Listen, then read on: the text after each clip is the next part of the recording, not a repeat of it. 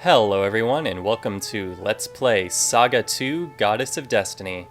This is the Nintendo DS remake from 2009 of the 1990 Game Boy RPG classic SaGa 2 Hihou Densetsu, which was released in the North American region under the name Final Fantasy Legend 2. However, this version for the Nintendo DS was never released outside of Japan. So shout out to Crimson Nocturnal for providing this fan translation. This is my first try at the fan translation. I have not played SaGa 2 Goddess of Destiny version at all at this point. I'm only familiar with the original, so this is a blind Let's Play in that respect. But from what I understand, this game, aside from updated visuals, does actually cut pretty close to the original. So I have a pretty good idea of what to expect, but I'm looking forward to some surprises along the way too, since I don't know everything. I did a little bit of reading on the differences between the versions, so I'll be talking about that as we go. But in any case, I'm really excited, so let's get started with SaGa 2 Goddess of Destiny. Relics. I'm guessing this opening scroll here is directly taken from the original. There was something similar to this in the original version as well. I should read this. The inheritance of the ancient gods, they who created the worlds. Used as a symbol to showcase the gods' power, countless souls have been lost in the wars fought to claim them. Some obtained what they sought, while others died in vain. Now, another saga is about to begin. I see what you did there. Yeah, so the basic plot is that there are these relics scattered across the worlds that contain the power necessary to become a god, and many individuals seek after these, and some succeed and some fail, but in any case, we are here on the character creation screen. This is the only part of this game that I've explored in any depth, because I have looked through all of these character designs and picked out some ones that I like, and they're all really excellently designed. So we have here humans, espers, mecha, and monsters to choose from.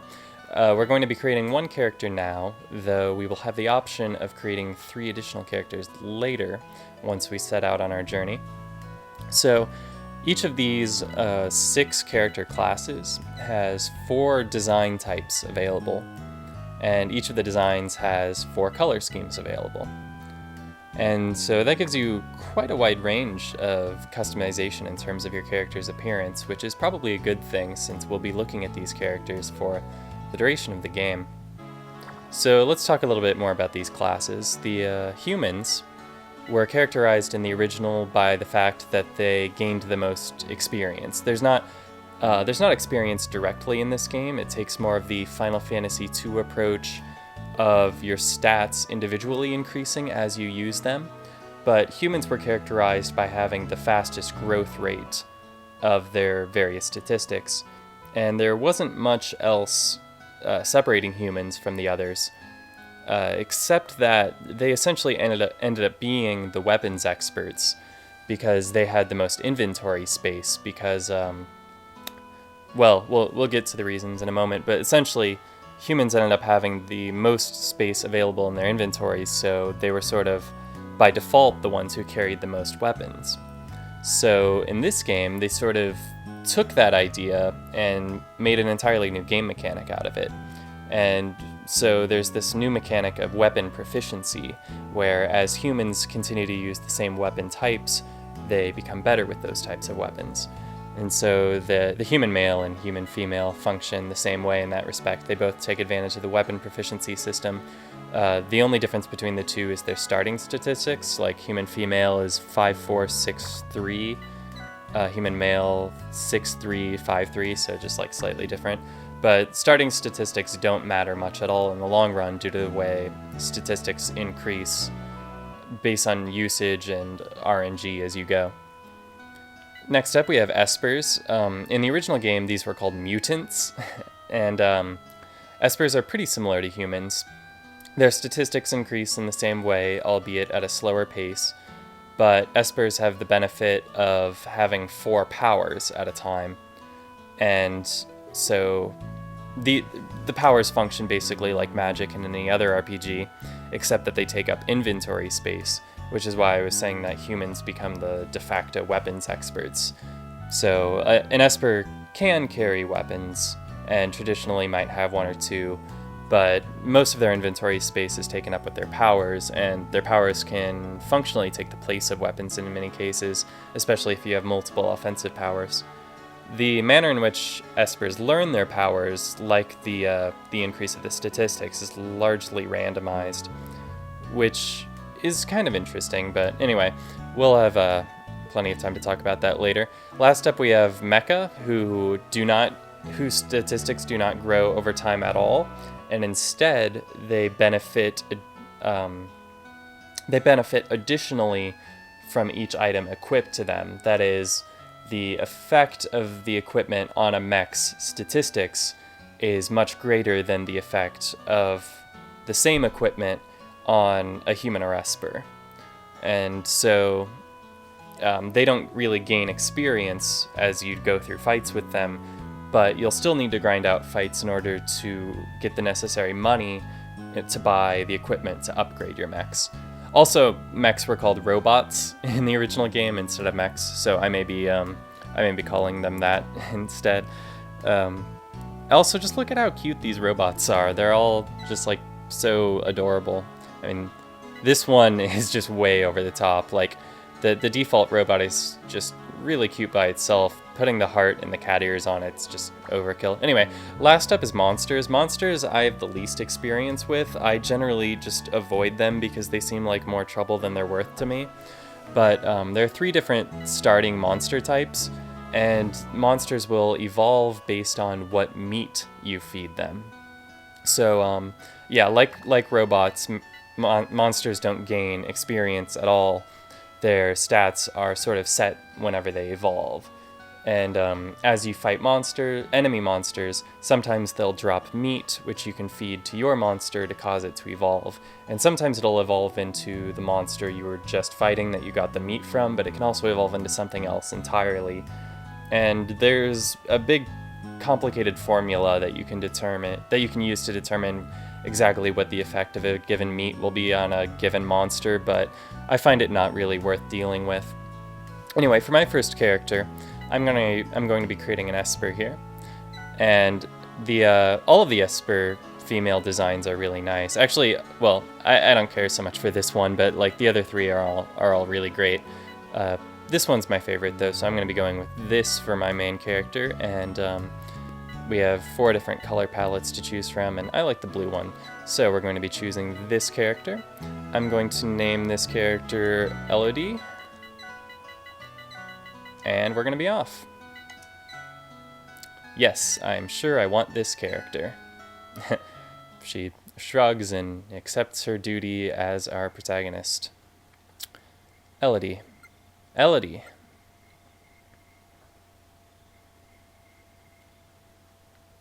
Dad? What is it? I'm going to be away for a while. Elodie, there's something I want you to have. Hey, Elodie, wake up. What is it? I'm tired. Listen up. What is that? Treasure spirit mirror obtained. Okay, that's a little different from what I remember in the original. Ability to detect hidden treasures acquired. Okay. So it seems we've obtained our first relic, which in the original was a different one that you obtained right away, but it seems somewhat similar in function. In any case, our father there is quite the adventuring type. You see the bullwhip at his side, and sort of an homage to Indiana Jones, which is appropriate because in the original, he actually wore a fedora, which was his defining characteristic. Like, people would refer to him as the man in the hat, and I guess, like, because he so clearly looked like Indiana Jones in the original game, they sort of interpreted that in this game by giving him the whip.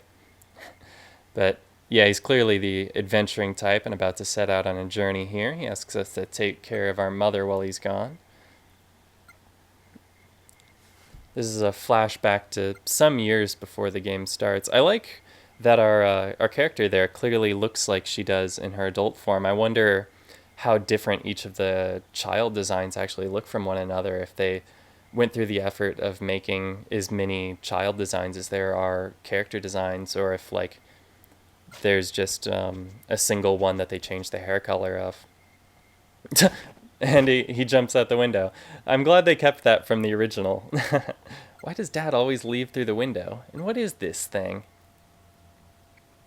Yeah, so in the original game, the relic you started with, or that you were given by your father at the start of the game, would tell you how many relics were remaining in the current area of the game you were in. And in this one, I guess it lets you see hidden treasures. Maybe that's actually the same function and just a different way of phrasing it. I'll be interested in seeing what exactly this relic does. Seems like the music here in our house is the same as it was on the character generation screen. Ah, there we are, all grown up and wearing our ridiculous futuristic outfit. Which is like completely in clashing with what our mother wears. What's on your mind? You can tell your mother. It's Dad. I want to look for Dad. Yep, so our motivation getting started here is going out in search of our father who left us just a few years ago. We have our father's adventurous spirit after all. Much like Shia LaBeouf, we are the son of Indiana Jones, and as such are the adventuring type ourselves. I didn't know I had such a fine child, so thoughtful of your mother. You should be more worried about yourself. You're as rash as your father. Get going. Okay. Tell your father that I'm doing well. Yep, we will tell him that. If we get the chance. Say goodbye to your teacher, too. Yeah. Mom, I promise I'll bring Dad back. Yeah, it's kind of funny that you can make your protagonist a monster or a robot, and they'll still have a human father. The appearance of the father doesn't change at all. So like, even if you change your characters, like even if not only like you can have a robot or a monster, you can have like a human of a completely different skin tone. I guess the implication is that if your character looks sufficiently different, they're just adopted, and it's just like never addressed whether that's the case. Anyway, here we are at our teacher's office. Our teacher is a one-eyed monster who I've been told bears some resemblance, rather, to a character from Monster Rancher. I've never played those games, but I can definitely see how that would be. The remnants of their creation, relics, are scattered around the world. That thing your father entrusted to you when you were little is one of those relics.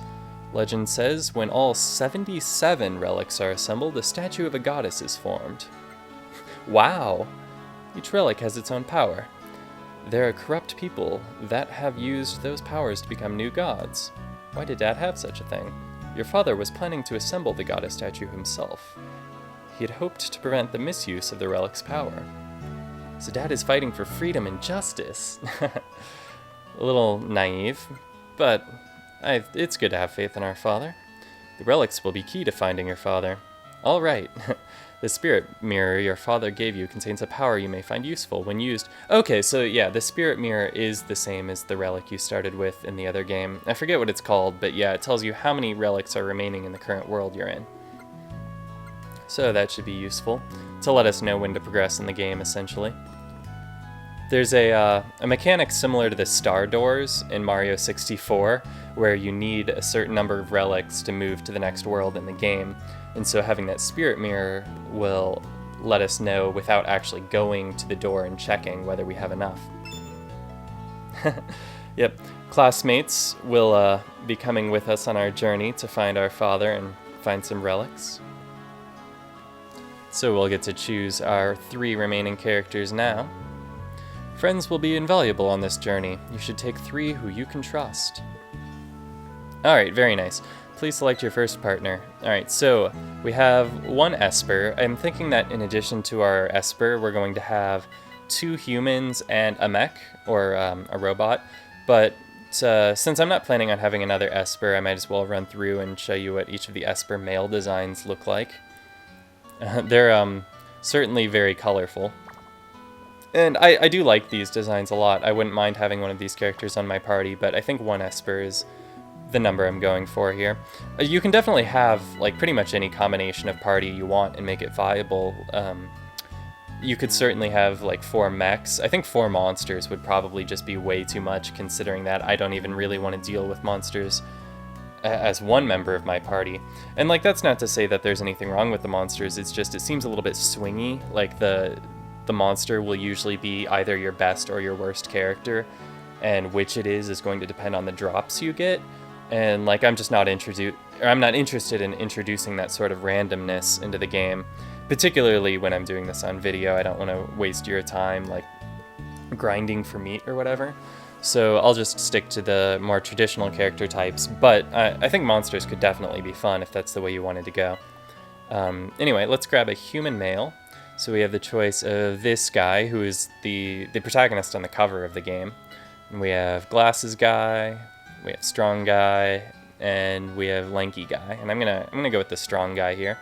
And so we have red, yellow, black, or blue to choose from. And I think I'm gonna go with the black one, black color scheme, that is. And we'll need a name. Let's name this guy Zenith. Nith. And that looks good. Second partner, let's get another human, this time a human female. I think the human females have some of the best designs of the characters in this game. All 4 of these look really great. But I'm going to be going with this one here, and I like the pink default colors, but you can see each of the other ones there. Actually, all of the color schemes, like in general, well, there are a few really awful ones, just like there are a couple of pretty awful character designs, but for the most part, I think the character designs in this game are absolutely fantastic. It's like there aren't just 4 good ones. You could play this game through several times, have a completely different party each time, and still be like completely satisfied with the way your characters look. And I think it's great that a remake had that much attention put into the character designs, but I suppose it was kind of necessary because the tiny black and white Game Boy sprites don't really tell you a whole lot about what the characters are supposed to look like. Anyway, like I said, I'm going to be going with this character design here. Let's name her Natsmer. T-Z-M-E-R.